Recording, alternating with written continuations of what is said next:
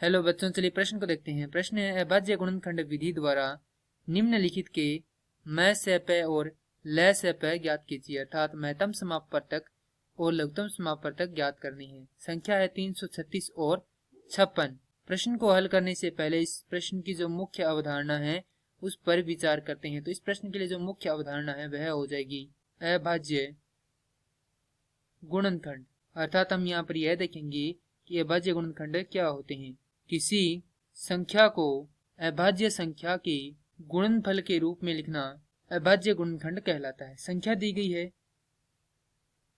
336 और 56, तो यहाँ पर लिखेंगे 336 और यहाँ पर लिखेंगे 56। तो सबसे पहले क्या करते हैं, हम इनके अभाज्य गुणनखंड निकाल लेते हैं। तो यहाँ पर है 336, तो इसमें भाग जाएगा सबसे पहले 2 का, तो यहाँ पर आएगा 168। फिर से 2 का भाग लगाएंगे तो हमारे पास यहाँ से आ जाएगा 84। फिर से 2 का भाग लगाएंगे तो हमारे पास आएगा यहाँ से 42। फिर से 2 का भाग लगाएंगे तो 21। फिर यहाँ पर जाएगा 3 का भाग तो आएगा 7। फिर 7 का भाग जाएगा तो आएगा 1। तो इसके अभाज्य गुणनखंड हो जाएंगे यहाँ पर 2 गुणा 2 गुणा 2 गुणा 2 गुणा 3 गुणा 7।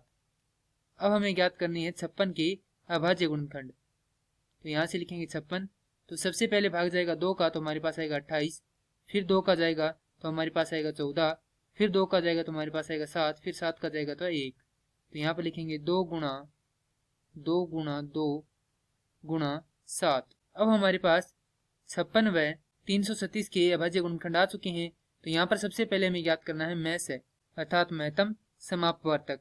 इसे हम मैं से भी लिख सकते हैं। तो यहाँ पर लिखेंगे वह सबसे बड़ी संख्या जो दी गई संख्याओं को समान रूप से विभाजित करे, मैं से अर्थात महत्तम समापवर्तक कहलाती है। तो यहाँ पर लिखेंगे मैं से अर्थात महत्तम समापवर्तक।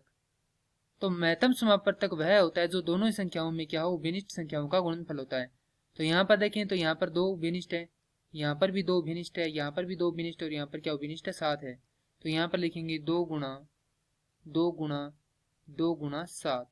तो यदि यह गुणनफल निकालते हैं तो हमारे पास उत्तर आता है 56, अर्थात इस संख्या दी गई संख्याओं के लिए जो महत्तम समापवर्तक है वह क्या होगा, 56 होगा।